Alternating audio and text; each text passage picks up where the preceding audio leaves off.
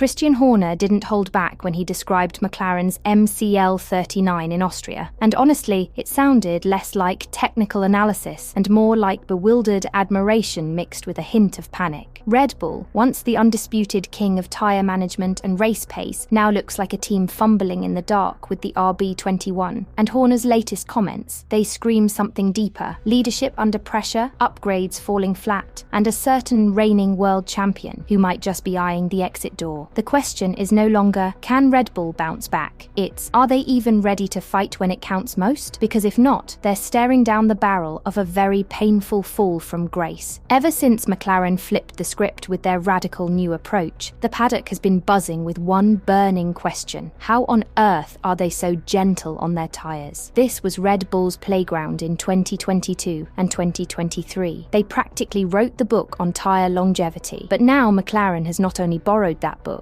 they've rewritten it, burned the old copy, and handed out signed editions to the rest of the grid. Austria was the ultimate flex. Oscar Piastri stuck to Lando Norris like glue for lap after lap, and the tyres didn't even blink. No drop-off, no panic, just relentless, surgical pace. Horner was watching, and what he saw clearly rattled him. The MCL39 didn't flinch through the long braking zones or high-speed corners. Meanwhile, Ferrari was already in conservation mode before most people finished their coffee, lifting and coasting like it was lap 70, not lap 7. And Max Verstappen, we never got to see his hand in this game. A lap 1 incident robbed him of the chance to showcase whether the RB21 had any answers at all. But judging by Horner's tone, the writing's on the wall. Red Bull knows McLaren has cracked something big, and right now, they have no idea how to respond. Digging deeper into Red Bull's concerns, Christian Horner laid it all bare with a statement that was as vivid as it was revealing. You could almost hear the disbelief in his voice as he tried to make sense of what McLaren had pulled off. Temperature's always a factor, he admitted, but what really blew me away was their performance through the long corners. That's where they're untouchable. I don't see any other team doing what they did. And then came the bombshell analogy, half amused, half alarmed. When you've got Oscar Piastri practically glued to Lando Norris's rear wing, lap after lap, heavy on fuel at the start of the race, and there's no tyre drop-off. I mean, he was basically making love to Lando's exhaust pipe, and yet somehow, the tyres just kept holding on. That right there is the magic. That's the secret sauce. In today's Formula One, the concept of dirty air has become a fundamental challenge. Follow too closely, and you're inviting tyre degradation and a brutal loss of downforce, especially through those high-speed sequences that define modern circuits. But in Austria, McLaren threw that script out the window. Watching Piastri comfortably shadow Norris, lap after lap, was like witnessing a glitch in the Matrix. Tyre wear, non-existent. Aero wash, not even a whisper. A 1-2 finish. Flawless execution.